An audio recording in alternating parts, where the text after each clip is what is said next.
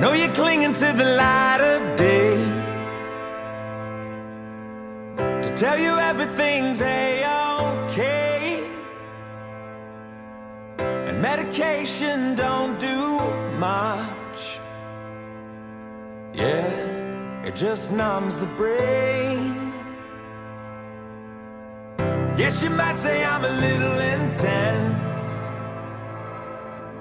I'm on the bright side of being hell-bent. So, take it from me, you're not the only one who can't see straight.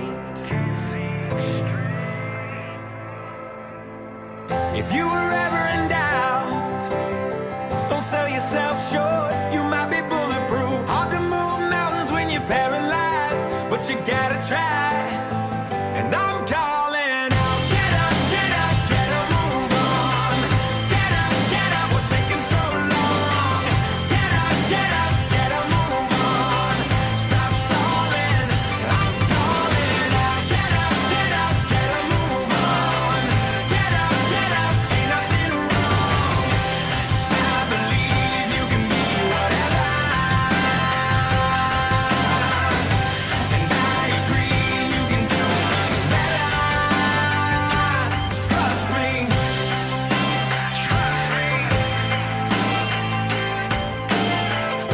Everybody wants to sing their song. So Marvin Gaye, what's going on? Ain't nothing normal when it comes to you and me. I'd rather twist myself in knots and watch you give up on your dreams. If you were ever in doubt, don't sell yourself short. You might be bulletproof. Hard to move mountains when you're paralyzed, but you gotta try. So I'm calling out, get up, get a move on.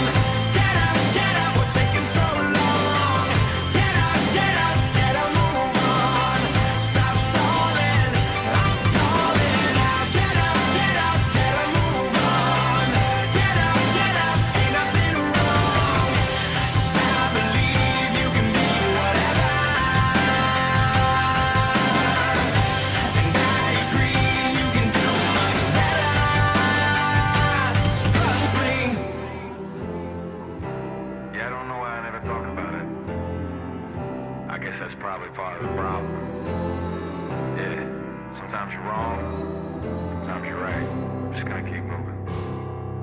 Yeah, I'm just gonna keep moving. Today, tomorrow, and the next. Get a move on. Get up, what's taking so long? Get a move on. Stop stalling, I'm calling out. Get a move on. Get up, ain't nothing wrong. 'Cause I believe you can be whatever. And I agree you can do much better. Trust me.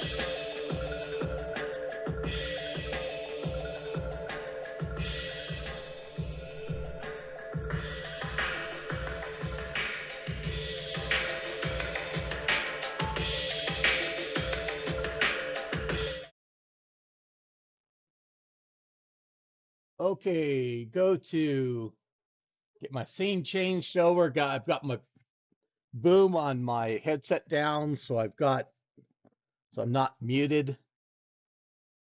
And just looking things over. Looks like my audio levels are good here. I'm seeing the meters at least work around. And we're pretty much on time here, but I'm waiting. My system settled down a little bit, at least. I'm doing about 4 megabit upload side. The disk on my recording system are doing good. It's actually been on for a few days, sitting idle here. And I came in, and I don't know if I had an outage, power outage over over that time. I haven't been up here to the studio for a couple days, but I had everything kind of in odd conditions. Had some screens that were even the wireless functionality or the network was really kind of strange. So I'm just making sure I'm pretty much caught up on my morning. Um, I don't know who the new host is. It's a guy. It's a guy that doesn't have a beard, and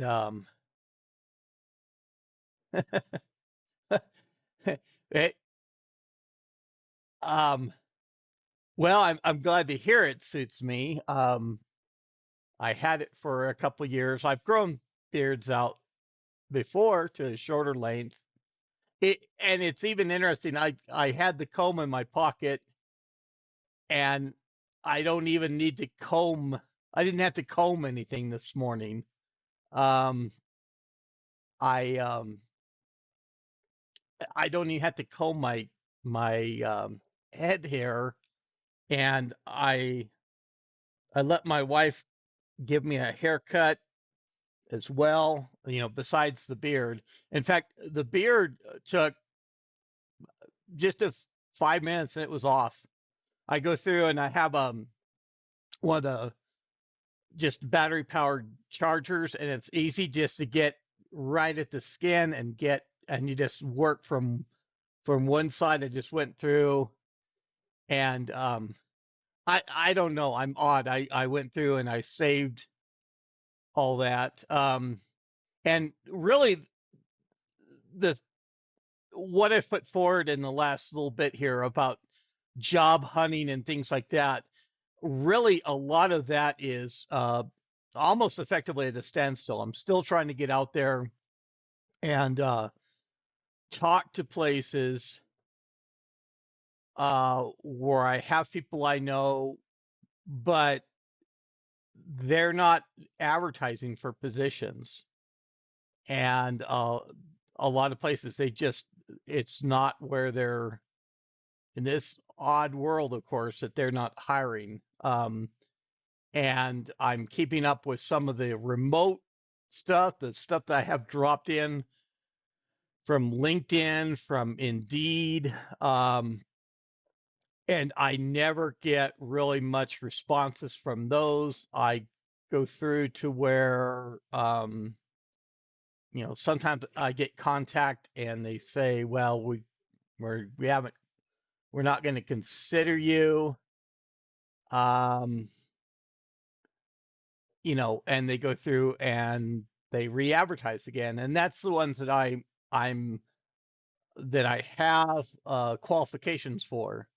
That's the ones that they're not going through and saying, well, you need to have 25 years of Python experience, Python programming experience or something nutty like that, And I say that in a sarcastic way of 25 years of Python programming. It's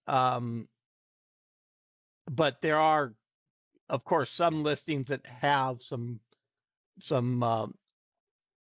odd or some higher level stuff. In fact, a lot of time those places, I mean, they're just headhunting. They're looking for, they're advertising. It's cheap for them to advertise enough that they are putting some really deep qualifications on their listing, and that way they know if they have someone apply that's valid in this case, or even someone close to that level, um, they're willing to pick up that person because they know all the stuff that that person has underneath their belt. And and that's good. It's easier to lip read. I'm not able to look at myself a lot of time. Well, or if I look at myself where I've got the OBS running, it's above me on the big screen, and so um, I don't see how I'm focused on the camera a lot of the time because the camera position is a lot lower, and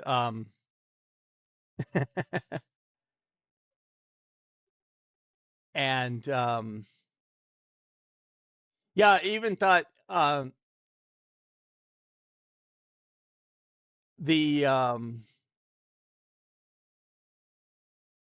that, and I could go through and it'd be even interesting to put something on the backside of the beer. I thought even over I could go through and I could augment or something else, or give myself a transplant or something I could wear at certain times. I know there's even like the hard rock bands, they go through and they do hair extensions for even for beards and stuff like that too. Um, and of course, um, in something that is effectively a wig or expensive um, thing to wear. I mean, they have their ways, just like they do for um, someone that's acting in a production where they can go through and do makeup and all sorts of stuff, wigs and stuff like that that someone is able to wear. But I don't know. I just go through and I'll have to decide on where exactly I go with that too. Um, just on whether I grow it out a little bit again, or keep it a little bit neat for the effective appearances to out there in the job market if I ever happen. And it's even been months since I've interviewed, even to the point where appearances are appearances, but and that's the interesting thing with COVID too, is that the last interview I did in person was wearing a mask. Of course, everyone's wearing a mask in the room. Not that you can conceal a big beard with that, but um, you could go through and it certainly conceals having a mustache and things like that. It's even interesting to see the picture that I did at Computer Reset with with Grant and with Clint of LGR. They had masks on, and my mask is kind of like this little clingy thing. It's the one I keep around and wear pretty commonly. Um, but I thought it was kind of interesting the way that it conformed a little bit more to my mouth, and it's actually loose now rather, and I need to tighten it up on the ears, but it's tight. I mean, it was tighter with the beard, and I need to tighten it up for me not having a beard. Um, yeah, and I don't on that on you talk about the goatees, um the other um things that the other styles that people wear, and I don't know. For a lot of time I'm bad because if I grow something out like a beard, I don't go through and maintain it or trim it up or anything like that. I just let it grow. And it is really nice. I wear a lot of time. I wear sunglasses um, that hang from a neck strap and things like that, and it's good. It's nice too. In fact, um, I had the occasion where a lot of time it was funny because I was even going through and tucking my beard in um, to my t-shirt when I was going through and eating and things like that. And I don't have to I don't have to do that now with this.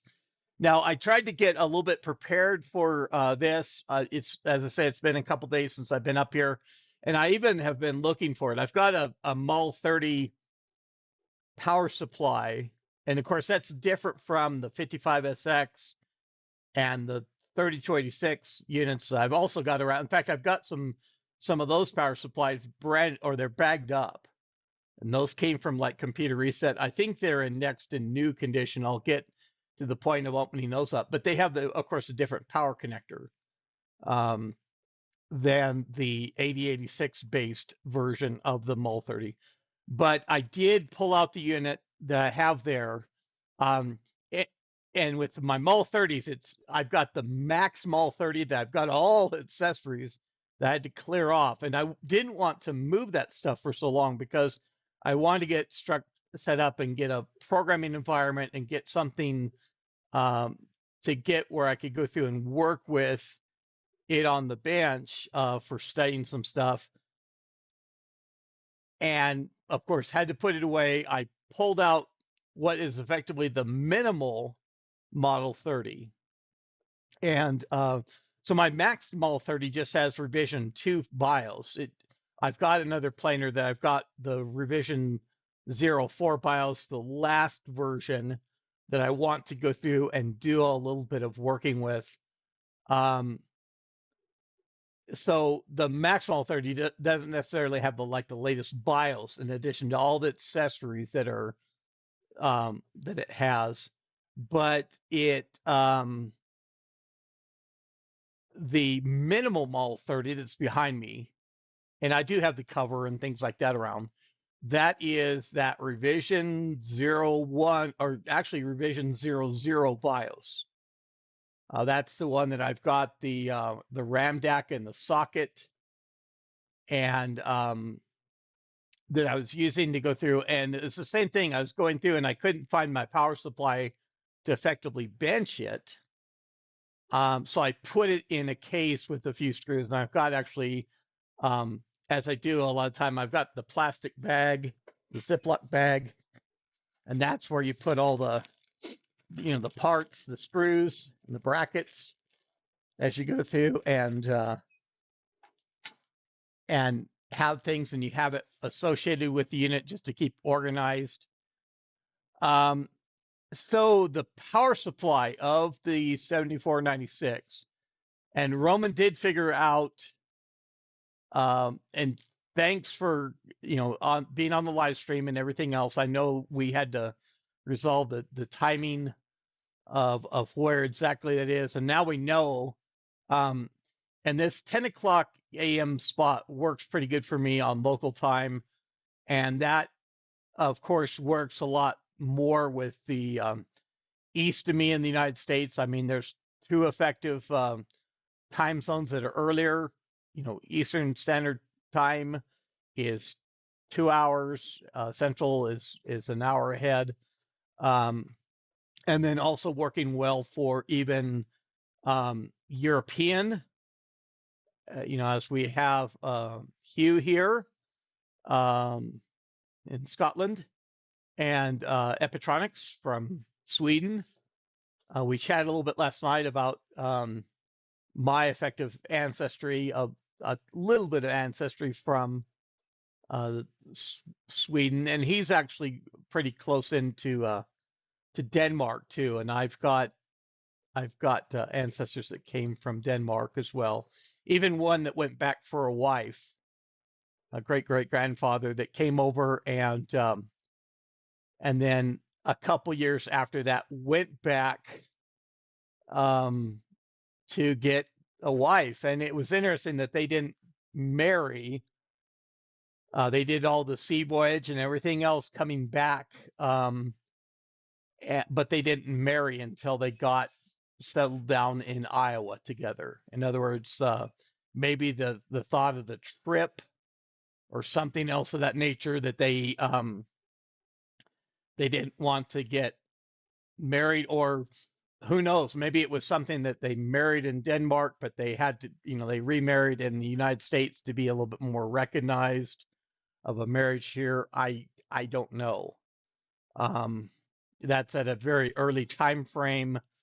Um, all my ancestors came over before Ellis Island was even open anyway, and so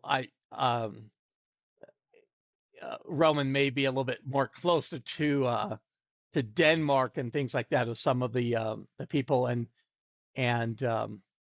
I just have European, and it really varies too. It's really funny. It's not as much English or um, Irish or anything like that. A little bit of Scottish, or a little bit of Scot, I should say, for Hugh. But that's very, very distant lines, and nothing of Italian or anything else other than anything outside of Europe for any ancestry or anything like that. But I'm drifting off to the point. But it does work out well for my timing of the live stream to cover, even um, European viewers and things like that. It leaves out a little bit of the people that are west of me that may not be early risers on Saturdays in California and things like that. I know I've got viewers out that way as well, that maybe get a little bit left out. But I've tried, and I've gone through for later on in the day, um, on Saturday, and the Saturday live stream works out pretty well for people too. Really doesn't matter to me, but in the workday scheduling, Saturday being free, and for most people, and I've tried moving that back to later times, and it just doesn't seem. It seems like the 10 a.m. spot for my local time works out pretty well. Um, and yeah, I need to get. I'd like to get back to that area, um, in in Europe and other places for visits. A lot of my travels through Europe, years ago, it was very hasty, very quick, just landing. Even for the time frame, going to like Frankfurt, Germany, and they kept us in quarantine just for the several hours that we were there. Um, I've been to Athens, I've been to Rome, I've been, you know, but it's only been just almost a passing through, not a ability to go through and do any tourism. I've been to Italy, besides Rome, um, but just not an ability to do a really kind of a tourism or see things. In fact, a lot of time as I went through, what I did is I would have I just for a we had in the airports, I would just go through and hand one of the locals or someone that was there at that location um, a $20 bill, or maybe the equivalent of $25, $30. And all I'd ask for is to get the equivalent back in local currency. And that worked out pretty well. And they were in a position, it's at the airports and other things like that, that a $20 bill, for them, they could easily exchange it if they needed to, or use that for an effective value. But now I've got a lot of different currency from the places that I've been in the past, and as a reminder of some of those things. So, but we might get on to looking at the What I probably want to do here first is to power up the minimal Model 30, even though I've had it on before, just as a baseline. And I don't have Sims installed in there. I it's that revision 00 BIOS, and it has a 720 KB diskette drive that should be functional. I can go through, and I haven't decided. I probably would not go through, and I'll probably like to bench the 7496 planar, and not necessarily take this one out of the case and put it back in. And in fact, for some of this, I can leave this effectively because I have the clock that's all set for this.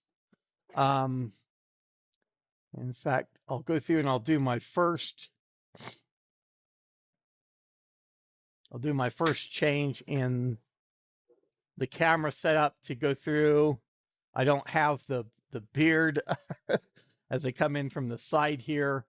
But I'll probably just go through and pull the power supply out of here. And that way I didn't even disturb the riser. That I've got the clock set on this unit, although that's a very minor issue. And I do have that 720 KB drive, and I've got the actual diskette, even though I get in my bad habit of not marking these. I put the Post-it label on there, and I don't want to have the Post-it inside the drive to get loose and get on something. But this is effectively that 7496 diagnostic diskette, and it is a 720 KB diskette.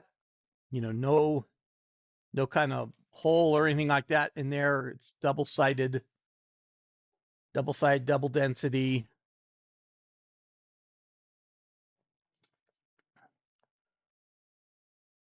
Double-sided, as it's marked here. And I'm sure that there was 720 KB diskettes that were single-sided, maybe. The double-sided, usually we refer to this as double-sided double density, DS, DD. And the high density is HD, of course, but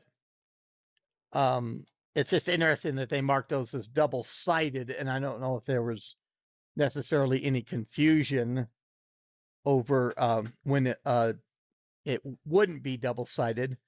And I do have an extra diskette cable. I probably have to where I can go through and some item to go through and somewhat suspend that diskette drive if I get to the point where this will power up at all.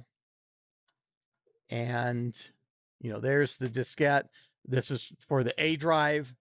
This is for the B drive, that it's got the folds that it can go through for the conventional 3.5-inch B drive here, or the 4869 adapter on the riser. And I guess I should have had, I guess I could have gone through and pulled out risers too. Oh, I've got my box. I've got my box of risers. I have to figure out where those are. Now, it's probably important all the time that you have PS2s with risers, you want to have the riser in there in place. For this, the model, of course, the riser has the battery on it. That's the only thing that battery does is does the real-time clock. It doesn't hold any configuration at all. Remember, the Model 30 was first before the Model 25, but the Model 25 and Model 30 that are 8086 based always do a configuration on startup. They go through, they just have registers. They go through and check the equipment that's on board. things like the hard drive having loopback wiring and things like that to go through to it recognizes whether the drive is connected or not. It checks for video ROM extensions, so it knows whether to go through and disable the MCGA video or enable it. It can go through, and of course, typically you have to have a diskette drive attached, or you'll get the 601 601 errors and things like that. But here's a close-up view of the 7496 planar. That's the one that came in my unit. And original CPU, I haven't gone through and done anything on that. I've gone through and I did pull the SIMs out of there. But as we see with the minimal Model 30, these units, these Model 30s are able to run from this 128 KB RAM that's soldered on the planar. And the Home Computer Museum in the Netherlands, for their 7496, the last I heard is Bart was telling me that they are having trouble with the parity RAM on their 7496, and they even went through and replaced it. And I do want to be clear on one aspect as well, and maybe for going through and testing, since you can fall back on just a base configuration with the Model 30 planar and the systems that derive from them, you could go through and you can pull the SIMs. You do want to be careful. These are plastic latches on the SIMs. You do want to be careful at going through and removing those. But you could pull those SIMs just for diagnostic purposes, going to a more minimal configuration. But if you have 128 KB of this starting memory, don't expect that you can run something like DOS 6.22, boot from a diskette. I do have some of those around. In fact, I think I've got it on video to where I went through on this system and tried booting to MS-DOS 6.22 that I had on 720 KB, and it gave me actually a parity error just for the operating system effectively not having enough RAM to work with. It's, a later DOS version is going to require a little bit more RAM than this, but it's good to have the diagnostic diskette effectively for the in this instance, if we can get the planar to working, because that's enough to boot from, to go through and do system checks, even to set the clock. So I may be good just using even the riser from what I have set up. And I know that this system goes through and holds proper time and things like that. I do have my parallel port postcode reader. And what I'll do is go through and power it from the mouse connection. We won't use the mouse connection. And I do have an extension in case I have to get it out and make it a little bit more viewable. I've got the screwdriver if I need to go through and pull the power supply or anything like that. I'll just have to see with the metal back bracket on these planers still come out a little bit hard. And I only have this fastened down in a couple places here. But I wanted to go through and first, and the thing that confused me a little bit, because correct me if I'm wrong, Roman. So the your 7496, get myself back on camera here. Your 7496 goes through and it, with the postcode reader, it has 13FF. And of course, on these 4-digit postcode readers, on the left is the last completed or past successful postcode, and on the right is the current postcode. In other words, if the system is halted at a particular point, it is halted on the postcode that shows on the right. Now, 13FF, 13 is the last postcode of the effectively the MAL 30 or the 7496 planar. If you have 13 over on the left and FF on the right, that means it's completed post. It's gone through. You should be able to hear at least beeps. If the MCGA video is not working, and there could be where it goes through and does a post test that's not catching an error, like the MCGA video is responding in a way, but it's not displaying good video.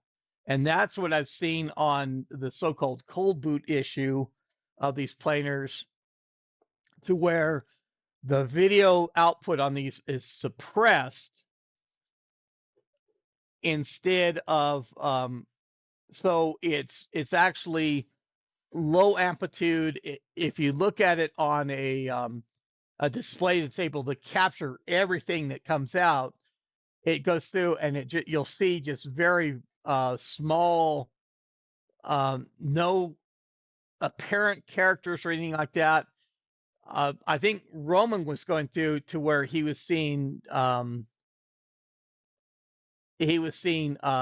characters, odd characters and things like that, or the MCGA video necessarily wasn't working.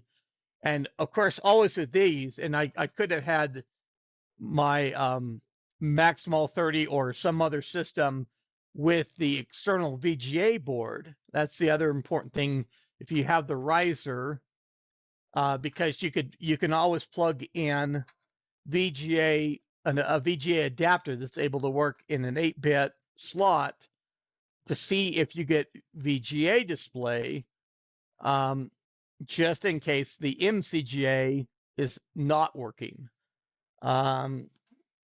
So for the postcode reader, on this planar, as I last remember it, and I've got that video segments and things like that, of course, of going through.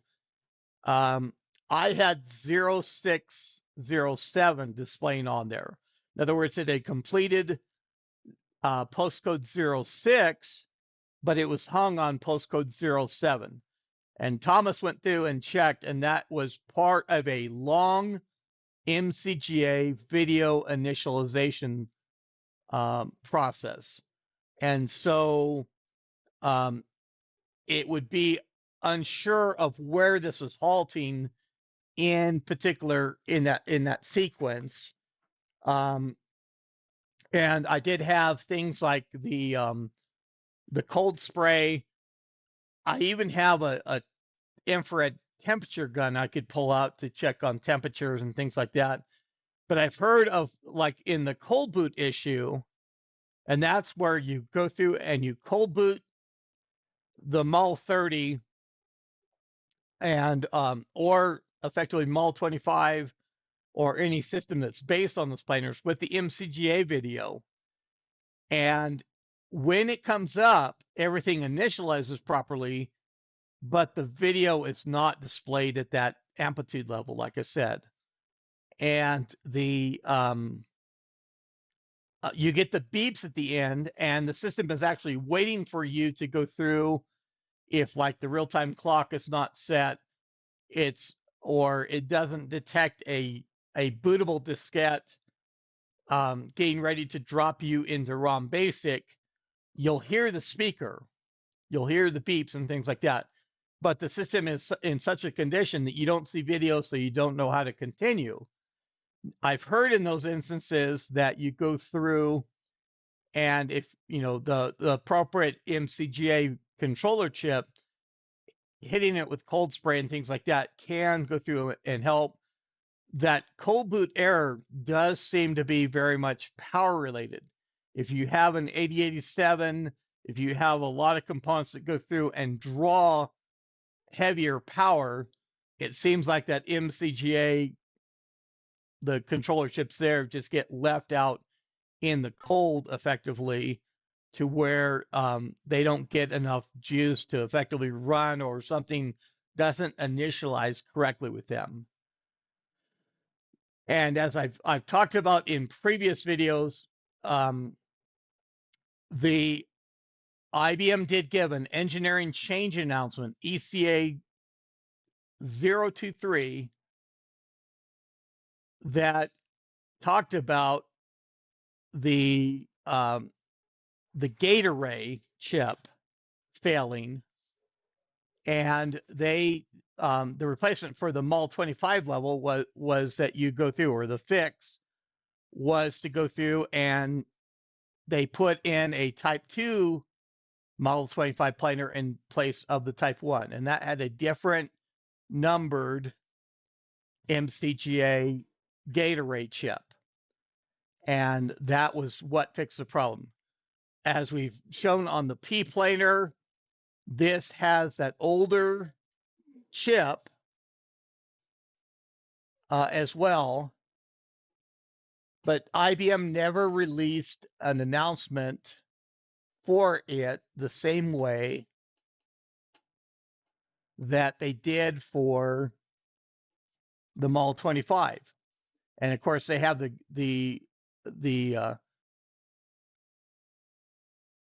Grenlock, and I hope I'm pronouncing it correctly now, Hugh. And I realize you're not seeing my lips.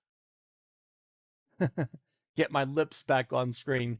They have the Grenlock planar that goes through and is has that same swap of the MCGA chips that the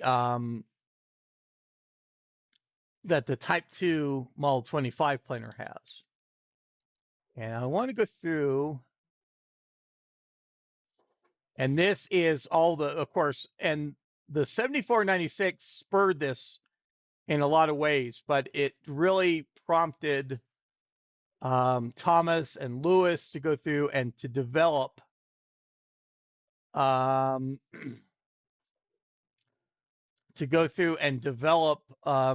this page on MCGA and cover all the systems that have it, all the what was derived from those systems. And Thomas really did a wonderful job in going through and having that information for and I gave in the chat, I gave a link to it in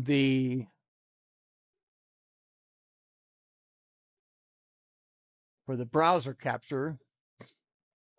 Here that is. And but it's some good information that really the 7496, as it's listed right there in the middle of those models, that spurred this to in place. As we see there, talking about the MCGA components, the video memory controller gate array, and it lists the 72X8300 is the old memory controller gate array. The 11F8028 is the later version of it. And yes, as far as I know, Roman, they are pin compatible. There's a substitute. It's a 1-for-1 substitution, and they leave actually um, the other video format or gate array. They leave that in place. Now, there's also, and we talk about characters, and part of the ECA 023 announcement from IBM was that there were invalid characters displayed. And so there's actually part of that, there's a character generator in there as well. In other words, there's the 8 KB of SRAM in there that goes through for the character generation, the and then we talked about the VRAM, and that is a component as well that if you have corrupted VRAM and things like that, that can cause things. And then of course we always have the RAM deck, and the and as I say or have talked about in previous videos, IBM a lot of the time went through and they did a ceramic RAM DAC package for the first releases of a system. Typically, of course, with the initial PS2s, video being on the planar, that they had that ceramic RAM deck first, and then later on in the production, they would go through and replace that with a plastic RAM deck package. Sometimes in the cases where they switched over to the plastic RAM deck, they had to add clamping diodes to go through because those are very static, electricity sensitive components. And Thomas equates my minimal Model 30 with the RAM deck on it being socketed. The only time I've seen one socketed, that that he thinks that is the instance where a just they socketed it just in case they had the RAM deck get damaged by static electricity, or just another way to go through and swap another RAM deck in there. I was thinking for a time that it was the transition from ceramic to plastic, that they could go through on this board and somewhat test that, as it were.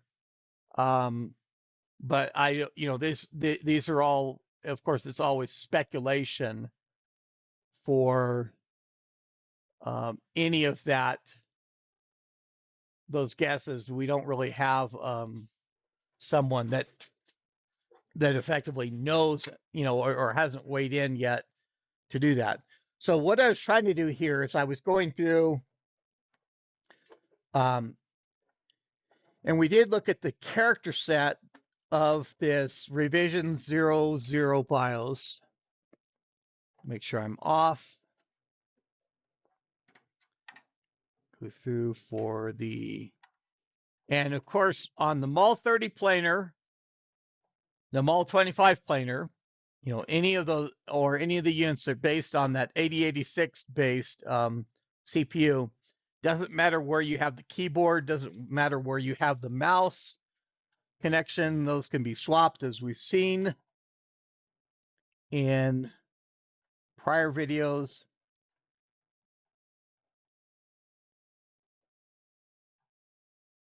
Okay.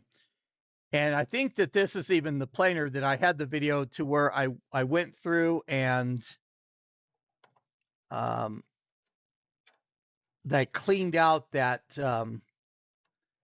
recess on the keyboard connector, that it was kind of plugged up.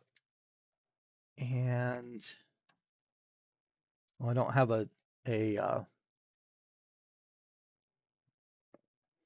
I don't have a screw on that one side, but I don't know if that's, even with the extension, I need a longer extension in a way. So what I wanted to do,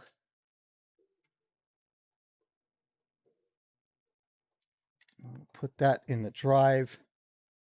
So just on this first boot effectively, in fact, let's do this.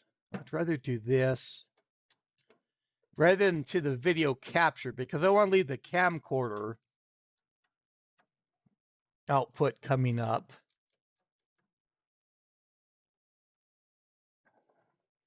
Yeah, I think for this postcode reader, it's going to be better for me to have to test from a benched setup. Let's go through.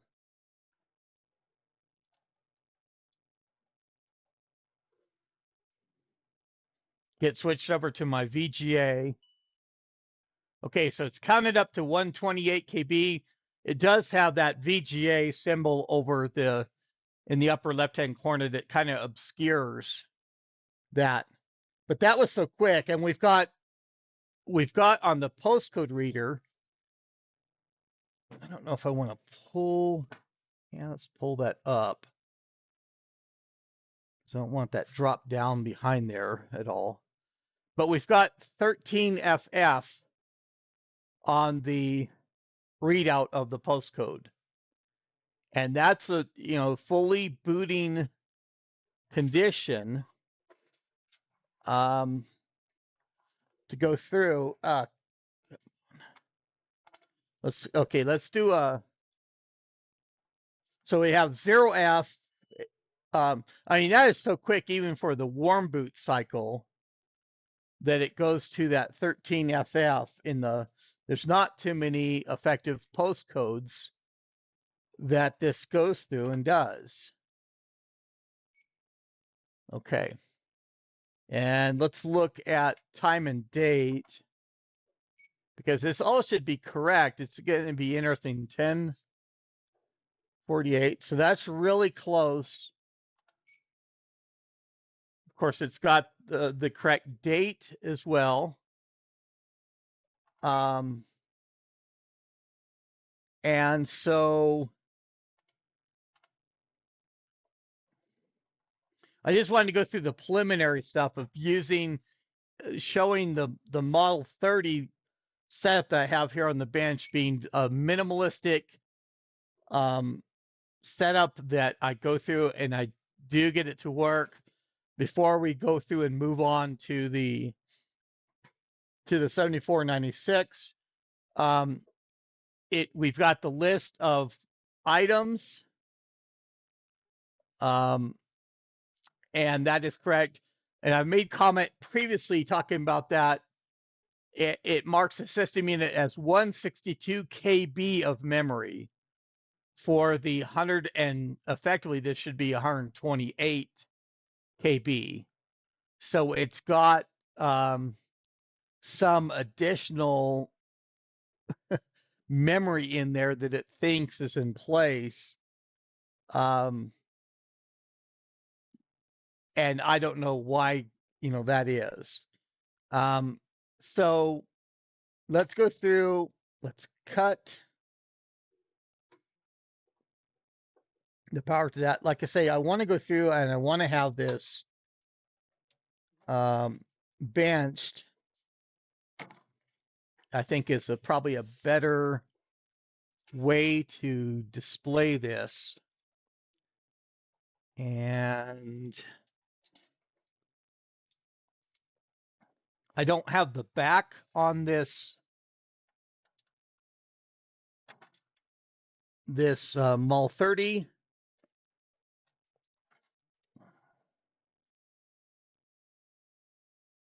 And I have more parts effectively to put in my bag. The screws of the power supply are blue.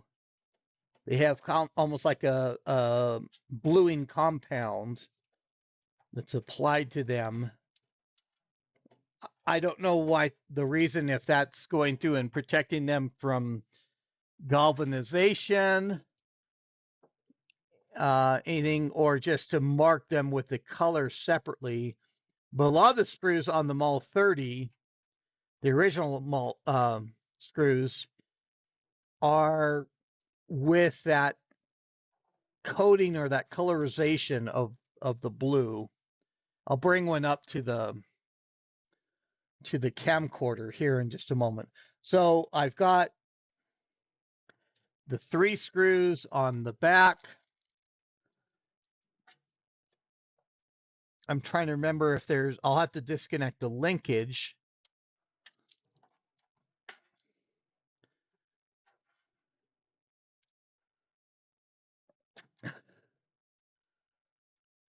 On the front, and I'm trying to think if there's anything.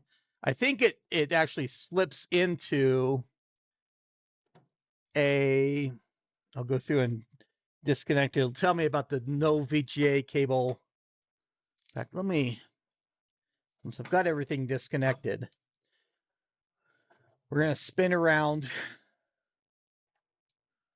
to the back. There's 3 screws.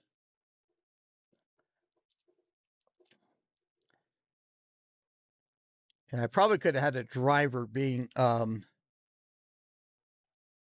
for these screws, since they're hex tops rather than slotted.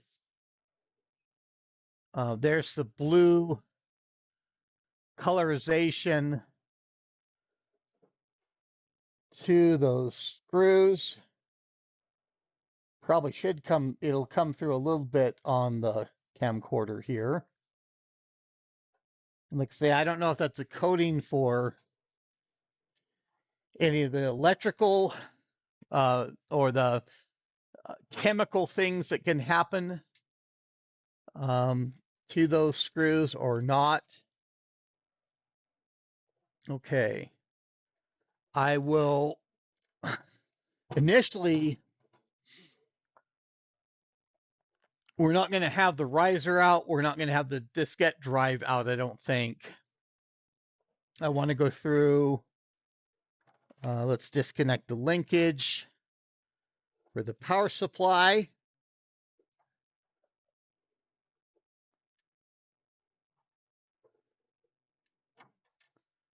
Okay.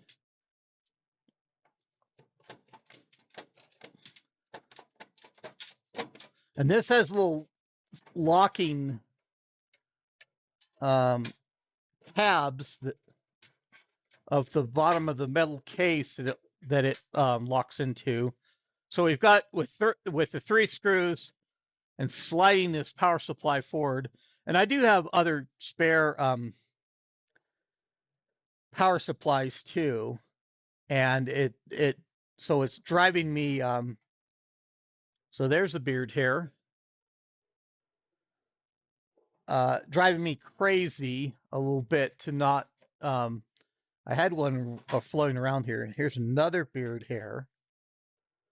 This stuff is all over. And you can really see the difference of where the power supply was and where it wasn't with that dust coating in there too. And I'll probably go through and to get that off the screen or out of the way off the bench.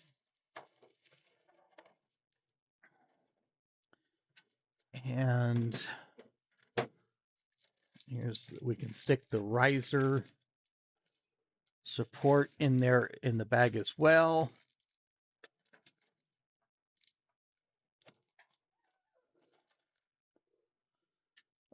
We don't need the diskette drive connector at the moment.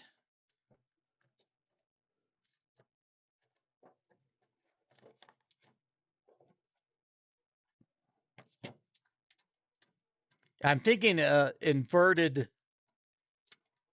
have it inverted like this may go through to where we can see that postcode reader on screen a little bit better. And just to have it out, I'm sorry, U.S. Postal Service, for misusing your box. This will be used to mail a package by the Postal Service. I don't go through and use these too much for. Okay, so I'm going to get an interesting condition here with this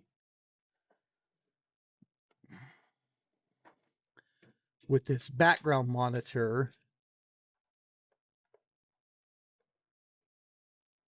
Oh yeah, I can get that to reach pretty good. And I still do have that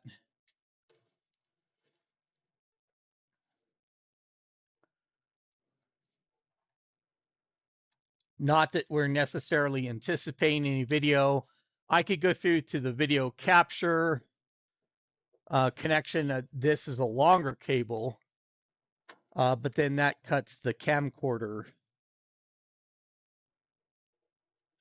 So it doesn't matter what port I do for which here.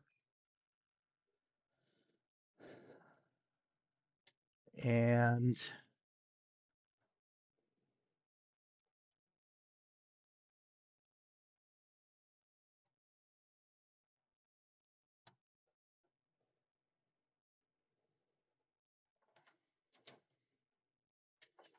to figure out what, yeah, this looks like it's going to be the most appropriate power cord. Still have everything off. These do have tantalum capacitors that are on the planar. These orange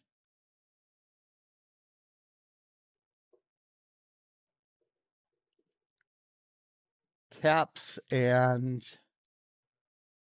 so we've got just everything connected as it should be.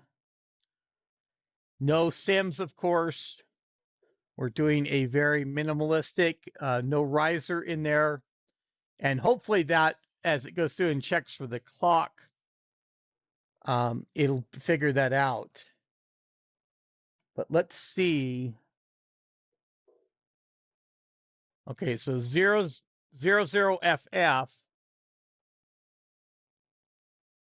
appears to be what it's halted on.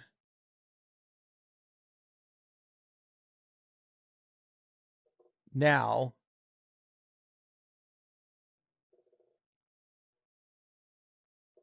no video, no beeps. Of course, we don't have let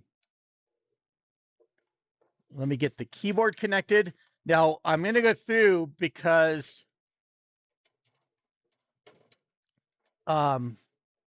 this may be a really important demonstration that, and I think I encountered this on video before. Let's get the keyboard plugged in. I want to show that the condition is not going to change with the keyboard plugged in. Okay, so it had 00FF before. Now it's got --FF, and that just could be the latches as it goes through and displays. Now we're going to go through, and the next step is we're going to go through and pull the riser.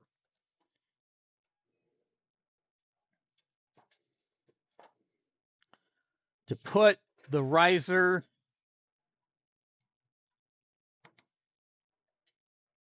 in place,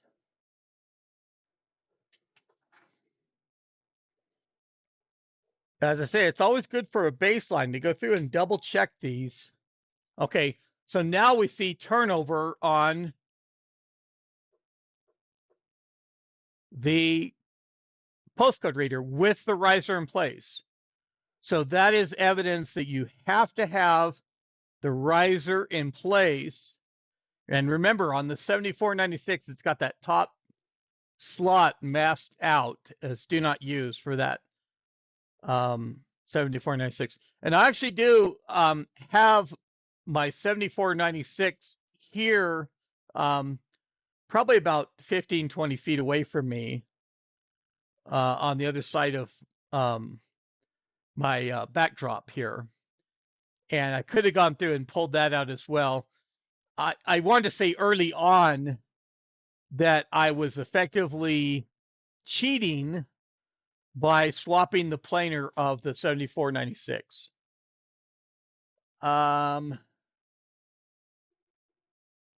So let me catch up.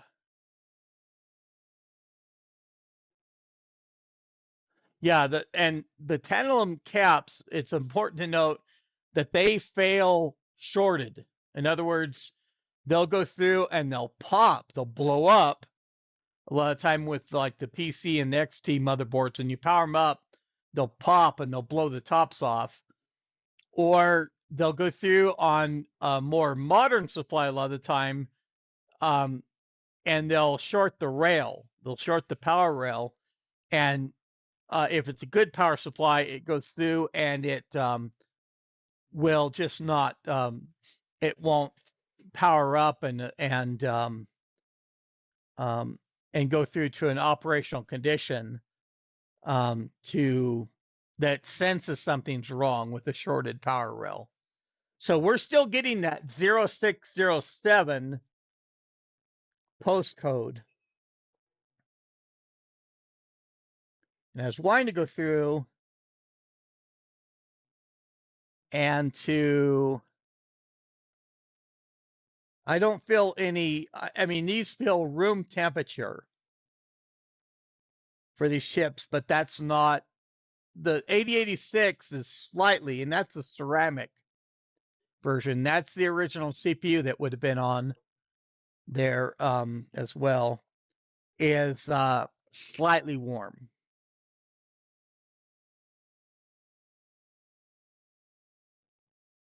And so I want to go through and trying to go through the control delete. I mean, that should not have any impact here at all. I did this with the original 7496 that I went through and, tried power cycling. I tried, in fact, I think pulling the riser goes through and effectively does a reset as well.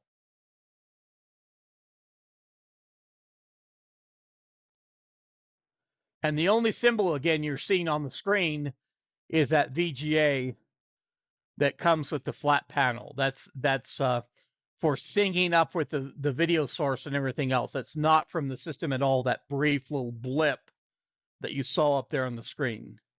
It's not starting any count of memory or anything else. This is the MCGA is not initializing correctly. So our cold spray going upside down, and of course, this is always at your own risk if you do this stuff too.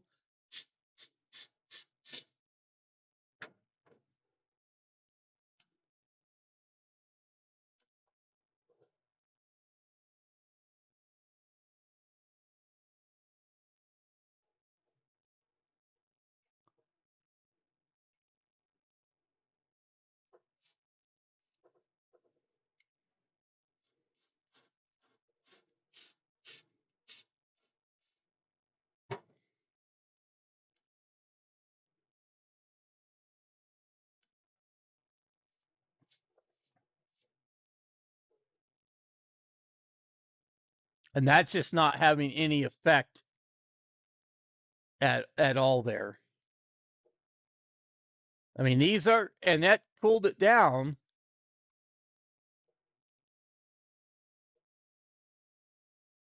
These other areas are a little bit.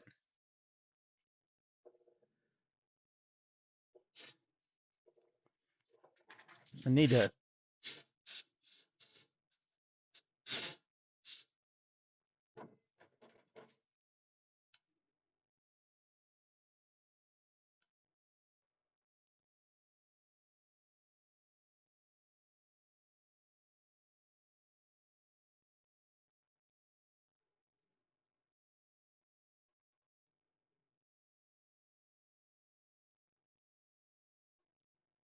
Now I could go through and do one. I could go through and do something like the BIOS or something else too. I mean, it'd be interesting to check this under different BIOS versions because that MCGA initialization routine may go through and be operated differently, but this has the revision 02 BIOS. This is extremely common with the MAL 30. Practically every MAL 30 that is out there, if it doesn't have the Greenwich planar on it, it has this P planar. They have the revision 02 BIOS. Very common. But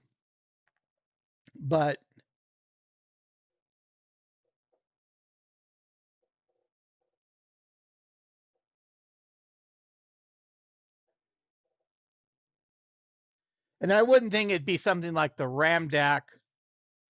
The switches were set wrong on the displays of the color displays of the 7496, and you wouldn't think that that would backfeed or anything else or cause damage to something like the RAM DAC and the RAM DAC is later. All it does is convert over the digital signals to analog. I wouldn't think that that would relate to this MCGA not initializing correctly. And I need to go through for that sequence, that MCGA initialization. It'd be interesting to go through and to do something to break up that routine or to go through and have it step through or being able to observe what portion of that process that it's halting.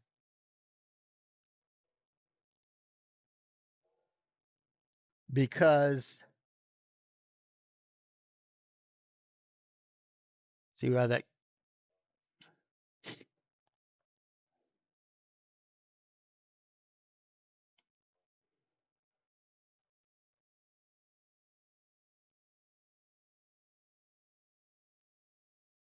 so I'm just seeing even with the cold spray, and the cold spray is just a very rudimentary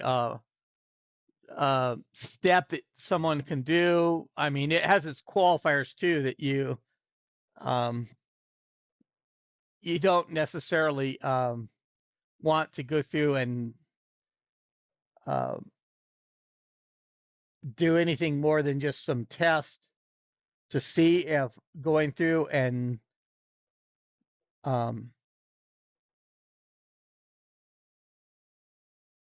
making something cold, a chip cold, will go through and make it respond correctly.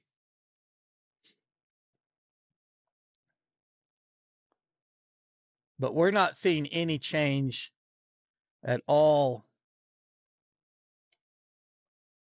with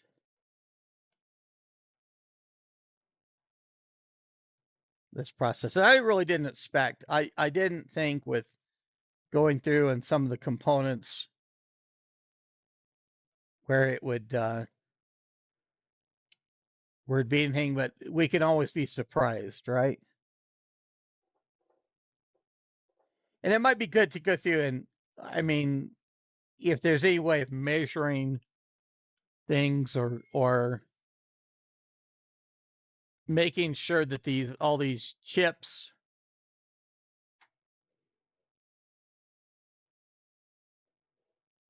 so let's go through and let's do this. Let's unplug the display. And as I say, it'd be really interesting to go through and put like a VGA adapter in here too. And I don't expect, I mean, this is still where it has to go through and initialize that MCGA before it goes through and checks for the ROM extensions and things like that. But who knows? That might be kind of a worthwhile thing to do. So no display connected. we still get that it halting on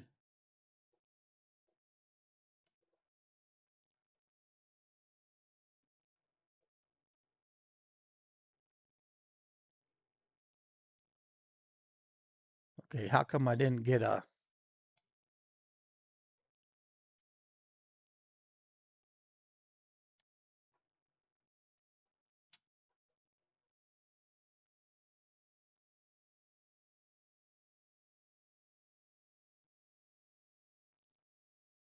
so still halting on that 0.7.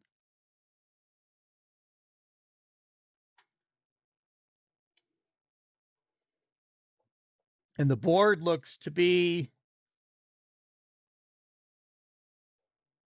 complete for all that. I don't see any damage to things. I could go through and go over it with more detail, but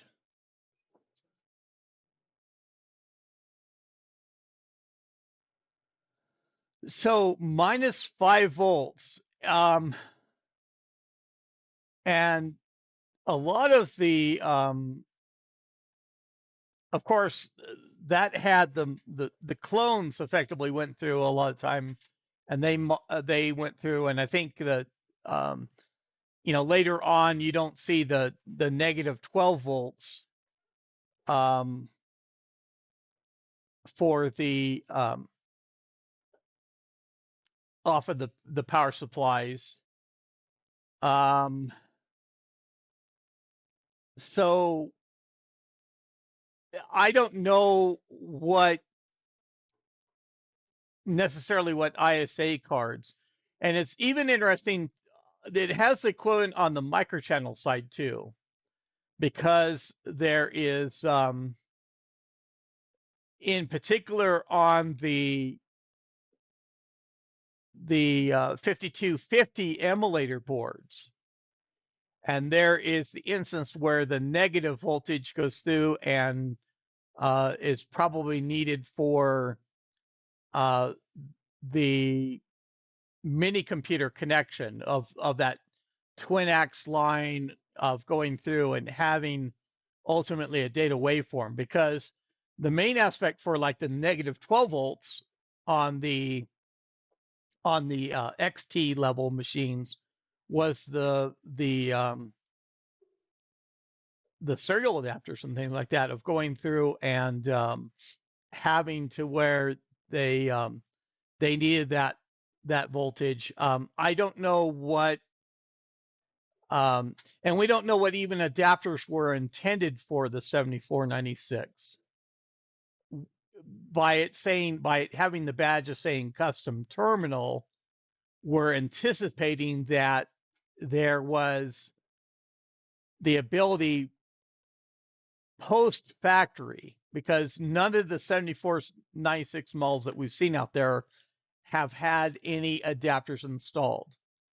There's not a change in the 7496-037 for the color units that we've observed with no adapters. That may very well mean a color display without any adapters installed, or just kind of like a base unit. I would say that with the custom terminal badge that the 7496 has, I would expect that it had some adapter that was put in, be it 5250 emulation, be it 3270 emulation, be it token ring or Ethernet, and the two network equivalents of token ring and Ethernet, those have the ability to have a Ripple ROM, a boot ROM installed, that they would not require any software on the diskette to actually even fully boot.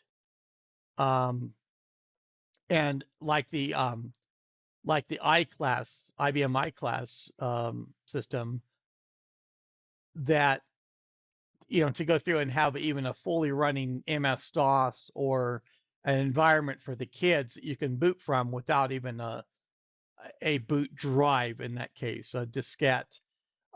Emulation like the 5250 emulation or 3270 emulation, that would require a diskette with software, but it would fit on a 720 KB diskette. So the custom diskette aspect, and they could even remember the 7496 also has a locking cover for the diskette drive. So it could be the sense that that there was always the same 720 KB diskette that was in there to go through and boot from, to initialize, to get onto that. I think the 7496 was intended as a custom terminal, that it could have had any of those emulation boards or Ethernet or token ring. It was adaptable. It was where IBM, the field engineer, would install whatever adapter for that system. It was a small footprint. Now there was speculation that since it was seen sometimes with the 7690, what's the clinical workstation? Yeah, the clinical workstation based on the Mol 25 planar is a 7690. And that actually was designed to hang from the wall. It has an LCD screen. It's a very low profile unit that it was thought to be in a clinical environment, a medical environment. You're in the room with where the doctor needs all the space, and you have a wall mounted unit that they could have. And the small footprint of the 7496 was thought to be more of the executive, or that it would be at the nursing desk, and it would be ultimately tied into the system the same way. Although the clinical workstation, and I'll go through and I'll provide the link to that in the chat. And there's pictures of it and things like that, of how that appears. Now it has a board in there that ultimately is like a connection, a network connection, plus on that board it runs like the LCD touchscreen and things like that too. And I don't know if those units were associated with each other, the 7496 and the 7690. They have separate markings. IBM had for the financial market, that was like the 4000 something. And for the medical environment, I think it'd be like the 76 would connotate something of that series being for medical use. But the 7496, we necessarily haven't placed it to what that means in the grand scheme of things, that it could be just meaning a custom terminal. So on the, probably the same as on the, in fact, it'd be interesting to look at the IBM adapters, because the -5 voltage is used for the twin-ax adapters on microchannel. And there are also 8-bit twin-ax adapters that it would be interesting to see if those also have a -5 volt regulator. Normally they would be expected to be installed in the XTs and things like that, IBM XTs and clones, 8-bit bus. for 5250 emulation, and those adapters need that negative 5 volts. The 3270 adapters, I've got a few of those around. I don't know if those are now from the 3270 aspect, it would just be the emulation, the connectivity board. It would not be all the other stuff, all the keyboard adaptation, extra RAM, all points addressable display boards that the 3270 PC had, because that just takes so many slots that you wouldn't see it on a minimalistic 7496 with two 8-bit slots is the only thing that are available there. So there's ways that IBM did to put negative 5 volt regulators on adapters in the instance where their systems, their PS2 systems, even for microchannel, did not have that voltage supplied by the power supply. But that is interesting to note, and I will actually get talking to Tom, because we don't have anything on and really the discovering what bit it is that opens us up is very helpful too. So I thank Roman for that, because he figured that out. That we need a little bit more detail on the power supply that's put up at the Ardent tool for that, because the I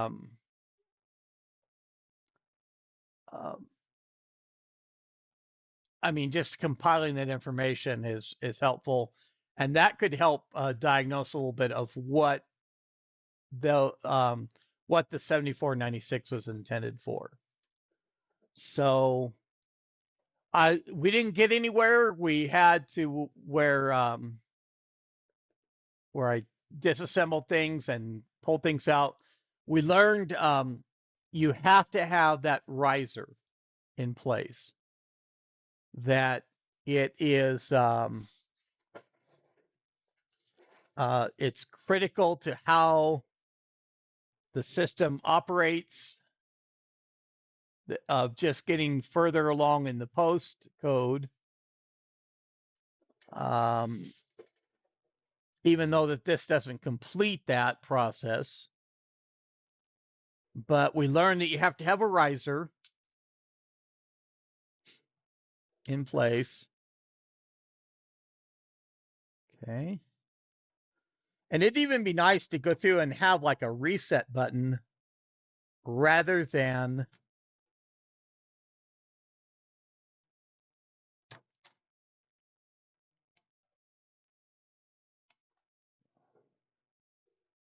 oh, look, on that it got further. It briefly flashed a 5 and a 6, but I had it operating without the riser just a moment ago, and it stopped at the same postcode, of course.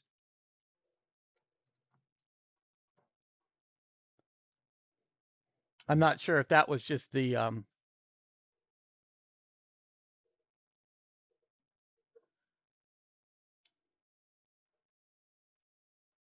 I don't want to blow anything up of here, of course, either.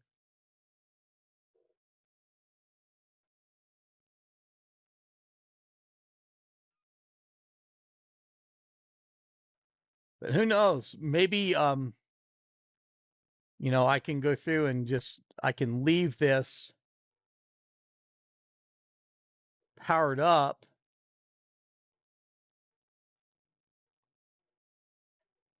and seeing if going through the other side, if it warms up enough that there's any changes. And yeah, I mean, I can go through and study things a little bit more to see if that if that gives a little bit more guess of what exactly is in place. And I didn't study enough. I mean, I did the quick technician solution that I swapped the planer. And luckily on mine, I didn't have issues with the power supply. Um, that the planar swap was an easy way to fix that. And so I didn't focus on having the unit open and going through and having further issues that I tried to diagnose or check out. And thanks, Sean, for the comment. I've had other good comments um, without with me without the beard, but that's I think it's a good look probably for me too. It's appropriate at the time.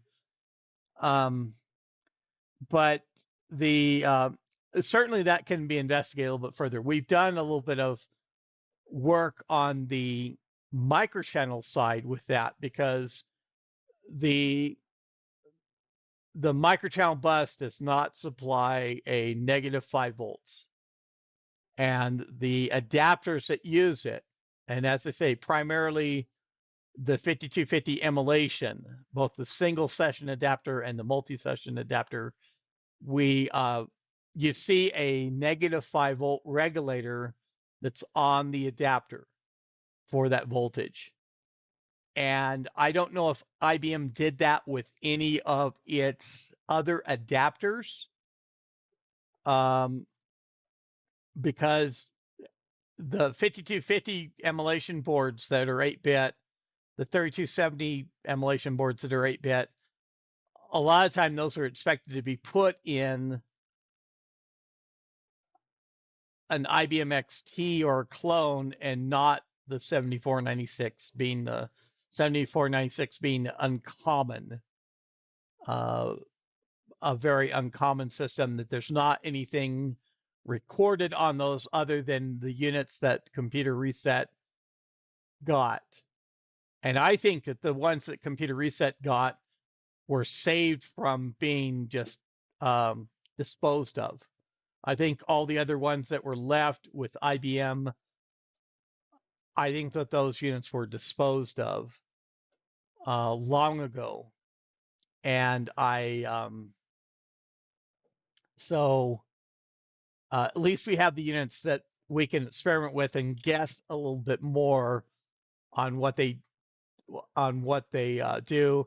But we need to get some photos of the inside of that power supply and get the notation up on there that it doesn't have that negative 5 volt power rail on the power supply for the 7496, although the MAL 30 does have that. And so there's the 7496 page. Certainly if people go through and they see typographical errors, if they see something that they have better information, you can always supply it, and I'm sure Thomas will go through to work it in.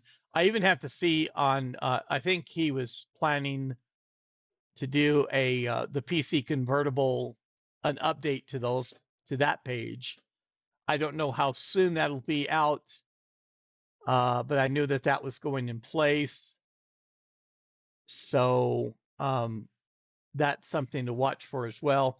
I don't know what content I'm going to have on the 5140 unit, the PC convertible, but there will be a little bit of content coming for that in the future. So we've gone an hour and a half. It's been a good stream. Not necessarily I have to cut things off early, but I do want to go through and I think we've gone through and taken this particular topic for the moment with my 7496. It still halts on the same postcode, doesn't go any further. We've tried the cold spray, didn't get it. And I can go through and troubleshoot that a little bit more to see if I can get it to respond. Later on, I can go through and seeing what maybe steps can be fixed to get it to boot up better. But that is what was dogging my 7496 unit from booting up, and that's why I swapped the planar, is that it was halting on that postcode 07. And that's appreciated. Any photos that is cycle over me, and you've got Thomas's address as well. We just do a group message and include all the relevant people. We do include Lewis Oland. We like having him in the list as well to be able to see the content that's going across. So he's also able to weigh in with his observations and things like that. So yeah, pictures of the 7496 and details like that of it missing that negative 5-volt rail and that security bit to open those are the power supply of the 7496 is also appreciated for contributions from Roman. The photos that are actually on that page of the 7496, that is from Hugh Fisher. And so um, I need to do some more photos, as it were, of things like that too. Some of the photos that are there are mine, but some are not as well. And of course, it's got that icon to the right of all the aspects. The riser card is from Hugh Fisher, was the one that went through and took that picture. But we have it marked out, the power supply. In fact, let me go through. Browser capture. And I'm sorry for coughing here and things like that. I should raise the boom of my headset to for where it mutes me. But here's the 7496 page, and we have those nice pictures. So as we see there, right in the middle there, power supply, and it says nothing yet, and we need to populate some data. There's the power supply from the rear. That's a Hugh Fisher picture. Has that angled connector, but we'll get some photos inside are appreciated to show what that is and other details to populate that information. And certainly that opens up a lot of questions to report that the negative 5-volt rail is not there on the 7496, and how that would impact any adapters that would be put in place. I don't know what it's used for. It'd even be worthwhile checking to see what if that just goes straight to the riser for the Mall 30, and even to see on the Mall 25, of course, with all functionality on the Mall 25 being identical to the Mall 30, with the exception of the real-time clock, of where that negative 5-volt may go to on that board as well, on that planar. If it just goes straight to the riser and it's there for use of whatever adapters that are put in place. So yeah, I think that's a good wrap. I thank everybody for tuning in. Even this will be available in replay within a short time, I'm certain. I don't have that much of a leader that I'll have to trim off the front of it. I'll probably trim off the Shinedown song because it gets that makes it so it gets copyright claims, even though YouTube goes through and notifies me and says, okay, that's fine. the copyright holder releases you, they realize that that's up in the YouTube music section anyway for viewing. But it goes through and I think it demonetizes the video too. So, yeah, and so the power supply of the Model 30 is just 90 volts, or I mean 90 watts, 90-watt power supply. And so it's not, and the Model 25 is not a very big power supply either. And thank you here for saying that about being entertaining and informative. I can be entertaining and informative without the beard as well. And so we'll try that for a while. And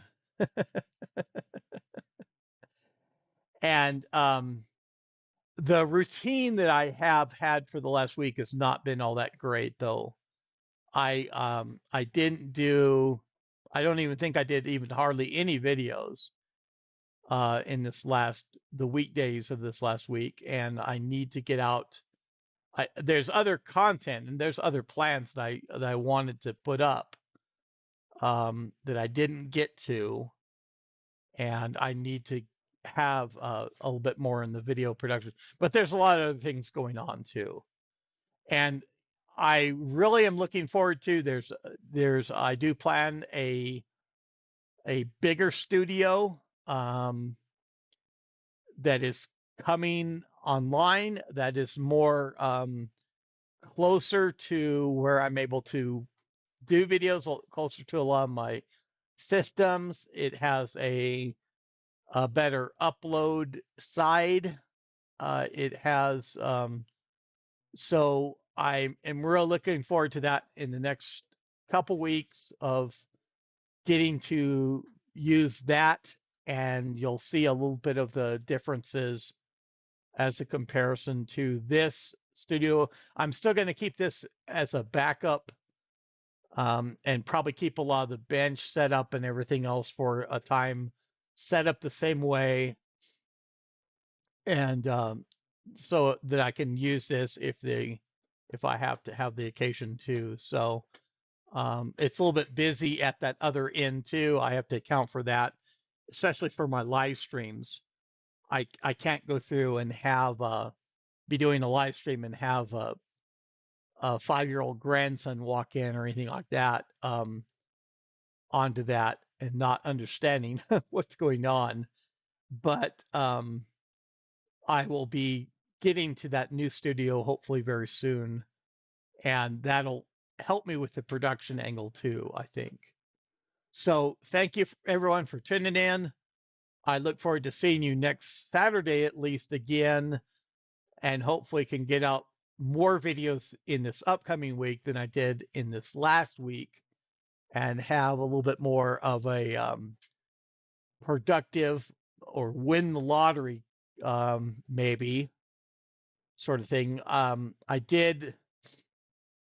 have won the lottery recently, but it was a few weeks ago. It was a $1 ticket, and this last time I got to cash it in, it's a $4 winner, and that's winning the lottery, but it's not winning the lottery to the level that I would hope for.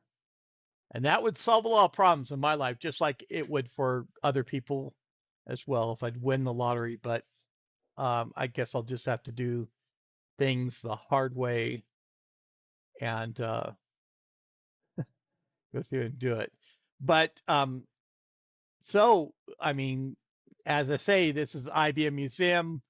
That's all I have for now. Thank you, everyone, for tuning in, and I will see you soon. Bye-bye. And get to the right button here on ending the stream. Bye-bye.